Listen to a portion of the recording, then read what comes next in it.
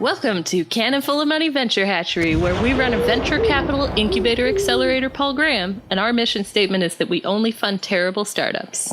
The trick with our accelerator is that we don't provide any money up front, or ever, but in exchange for a 5% share in the company, our startup mules get our advice and a coupon that gets them half-price shaved beef at the Arby's of their choice. Our two experienced venture capitalistas are Curtis Lassam, a man who once traded a bag full of shiny beads for the land that would one day become Manhattan. And Evil Queen Jen, a woman who is a decorated internet war hero. In today's episode, we're going to talk about successful startups that we've funded recently, namely the Juicero, the Flatev, and the Doodler. These are real products that you can probably buy today, and we funded them without their consent and with no money. Let's start with the Juicero. The pitch for this one was real simple. Keurig coffee pods, but for freshly pressed juice. We give you the vegetables in a ready-to-press state, and you press them in our $400 juice machine. Or with, a vice or your hands or whatever. But here's the part that makes the machine interesting. If you try to use an out-of-date juice pod, or a juice pod that wasn't made by a Juicero, bam, a tiny robot hand slaps it out of the machine and scolds you. They got a gorgeous full-page spread in the Goop Lifestyle blog store, which I assure you is a real thing. We pitched them some names, but they weren't interested in our clever names for their product. For example, give me the juice. I was a fan of Cold Press Creamery. My favorite, the juice is loose. And of course, there's Just Squeeze It With Your Hands. TM. TM. But we can't call it that. It ruins our whole business model.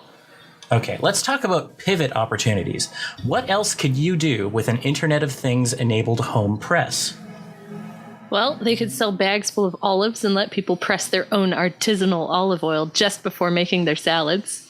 Okay, that's good. They could sell people bags with satchels of ink and modular letter blocks, and then people could use their Juicero like a printing press to mass produce Bibles and such. Artisanal Bibles. Artisanal Bibles. You could use it to squeeze those last drops out of your tea bags and toothpaste tubes. Which is good, because I'm always wondering how to get the last little bit out of that toothpaste tube. It is physically impossible. But not with a $400 press that presses evenly along the entire length of the toothpaste tube. Right? So while we're talking about pods, there's also the Flatev. It's a $200 device, and it takes 80-cent pods and makes individual fresh tortillas. Put a pod in, get a tortilla. Put another pod in, get another tortilla. It's like an easy bake oven for adults who have never discovered that it's fun and easy to make tortillas with a $20 tortilla press. They're also deep into R&D, trying to make roti and cookies a reality. Isn't a roti and a tortilla like essentially the same thing? Yeah, I imagine the marketing team thought that, and they brought it to the engineering team, who were like, roti too? Back to the drawing board, everyone. I'd like to bring attention to the fact that I have never once eaten just a single cookie or roti or tortilla at a time. No, me neither. Each meal would be just dozens of pods. Let's talk about the name Flatev.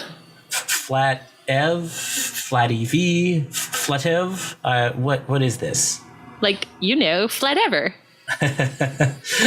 Obviously, that's how it should be pronounced. Yeah. Do we have any alternative name ideas that are better than Flatev? Maybe a little more pronounceable? Do we ever? Tortilla wouldn't want to be a... Oh, that's good. It really establishes what the device does. Yeah.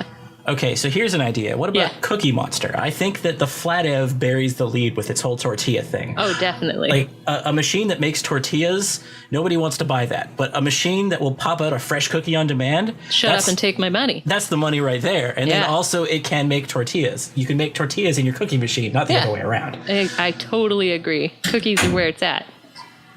How about Taco the Town? That's a good one. It really focuses on the tortilla, but I like it anyways. Yeah. And what about pivot opportunities for the Flatev? Is there something else we could do with a tiny, expensive, easy bake oven for adults? Could we combine it with the Juicero somehow? Juice and taco together at last in one glorious device? I mean, tortillas are flat and juice packs are flat, so... I've got nothing. Well, I mean, you just need a hot Juicero. Hot you're good Juicero. To go. I like it. Hot. Last but not least, I need to bring your attention to the Doodler. It's a hot glue gun, but for cheese. That really says it all. We just want you to know that the Doodler is a thing that exists. It doesn't need anything. It's perfect. Let's take these 4 successful ideas and make an even more successful idea in the Venture Collider. I've got a really revolutionary one in the pocket here. What about cosmetics? Applying makeup is a real pain. We already have the engineering know-how to move an airbrush in 3 dimensions, so we make a 3D map of our customer's face, and then we put in a pack or a puck full of cosmetics with baked-in code like Egyptian eyes or David Bowie or Juggalo. Then our customer puts their face in the face bin, closes their eyes real tight, and bam, 90 minutes later, they have picture-perfect makeup application. That's so fast. Yeah, only 90 minutes. It's going to need a name. I like, and this is based on one of my favorite movies, Face Off. Oh, good one. How about full facial? That one. Yeah, no. Wait. That got a little dirty. Okay, what about In Yo Face? I like it. What about FaceTime? No, that's already a thing. Nah, I'm coming up. What about Spray and Pray? No. What about Glitter Cheeks? Oh, that's good. That's good. Wait, what about the Face Doodler? It's like a hot glue gun, but for makeup. So like the Doodler, but for makeup. But for your face. But not for cheese. I mean, unless you want to wear cheese on your face. Makeup and cheese together at last. Yeah. It eases cleanup. It leaves burns everywhere.